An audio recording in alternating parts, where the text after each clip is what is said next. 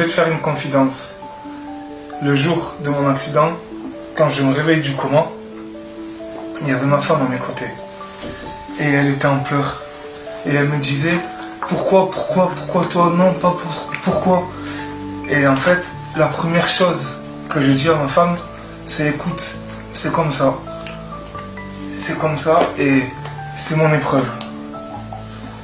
Du moment où je me lève du coma, je savais déjà que j'ai été éprouvé, quoi. Et la première chose dans ma tête que je me dis, tu vas faire comme ça, tu vas faire sans tes jambes. Je savais déjà que je pouvais remarcher. On m'avait dit quoi? On m'avait dit non, les médecins m'ont dit ça va être très difficile, monsieur, on connaît très peu de personnes qui remarchent dans votre état, surtout que vous êtes assez court. Et moi je leur ai dit d'accord, je disais ok, pas de souci. Mais dans ma tête je savais déjà que j'allais remarcher. Du moment où j'ai appris que j'avais plus de jambes, comme on dit, on a dû vous amputer de vos deux jambes, j'ai dit ok. Et ils ont été même surpris puisque je l'ai pris très mal, certes, mais je savais que j'allais tout faire pour remarcher. Je voulais tout faire pour remarcher. Et c'est pour ça que les gens, des fois, ils en rigolent. Je vois que, voilà, des fois, il y a des regards par mon cœur. Mais après aussi assez curieux. Et pourquoi? Parce que quand ils me voient en petite taille, je suis pas toujours en petite taille, mais je suis souvent en petite taille. Et ça, c'est quelque chose que je voyais sur les réseaux. Les Américains, en fait, c'est ce qu'ils faisaient. Ils se mettaient en petite taille pour pouvoir reprendre à marcher.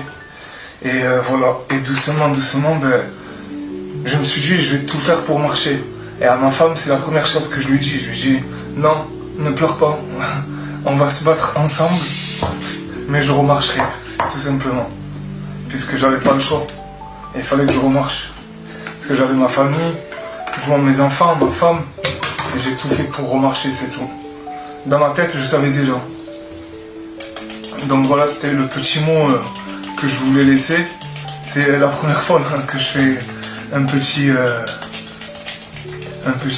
reportage comme ça là. Du moins, mais vraiment une confession. Donc voilà. Donc, peu importe ce que vous avez, dites-vous que vous allez surmonter cette épreuve. Même si c'est très dur, même si c'est pas évident, on peut le faire. Il faut juste persévérer et toujours s'en donner les moyens. Voilà, c'est le petit mot, quoi.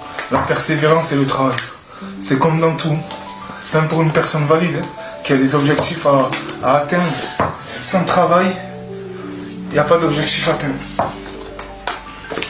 Même la facilité en soi, bien sûr que c'est pas évident, bien sûr que c'est fatigant, mais si je le fais pas, qui va le faire à ma place?